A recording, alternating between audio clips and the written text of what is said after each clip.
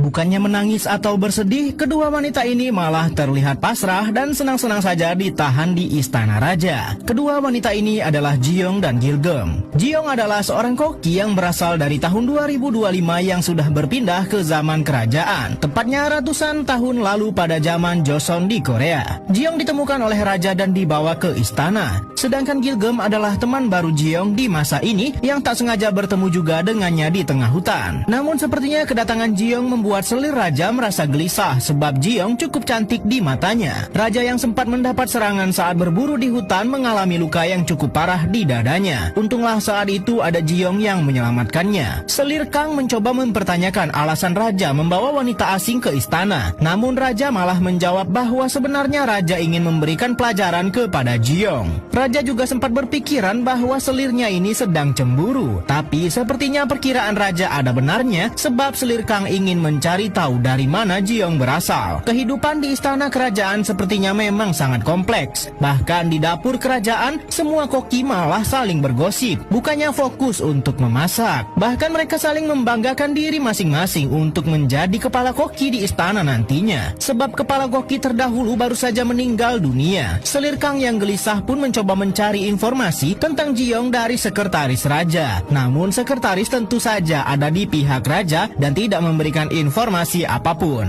Entah mengapa selir Kang menjadi sangat gelisah dengan keberadaan Ji-young. Saat hari mulai malam, terjadi keriuhan di istana. Seseorang bertopeng tiba-tiba masuk ke dalam tahanan Ji-young dan mengajak Ji-young keluar dari tahanan sekarang juga. Prajurit kerajaan langsung menetapkan status siaga karena tahanan raja kabur. Namun sepertinya malam inilah hari keberuntungan Ji-young karena ada penyelamat yang datang kepadanya. Berita kaburnya Ji-young juga langsung sampai kepada selir Kang. Tapi sepertinya pria penyelamat tadi bukannya membawa Ji-young pada kebebasan deh. Terlihat mereka ke sebuah lapangan yang terdapat pertunjukan seperti barongsai zaman kerajaan yang dipenuhi dengan kembang api. Mereka sempat menikmati momen ini, namun saat musik berhenti dan salah satu pria bertopeng yang melakukan atraksi menunjukkan siapa dirinya, disinilah Ji-young sadar kalau ia tetap dalam masalah. Ternyata semua ini ulah sang raja yang ingin menjemput Ji-young dan ingin bertemu dengannya. Raja ini memang nyeleneh dan penuh atraksi. Bahkan untuk memanggil Ji-young, ia harus mengirim petarung terbaiknya sebagai atraksi yang menarik baginya. Gil-geum pun malah kepincut sama pria bertopeng yang dianggapnya penyelamat itu. Tapi apa sebenarnya tujuan sang raja melakukan atraksi seheboh ini? Saat sudah memberikan bayaran kepada petarungnya, raja juga memberikan pesan kepada orang ini untuk mencari siapa orang yang sudah menyerangnya saat berburu di hutan kemarin. Lalu tujuan berikutnya ternyata sang raja ingin memberikan pelajaran kepada Gil-geum dan Ji-young karena sudah sempat memperlakukannya dengan buruk saat pertama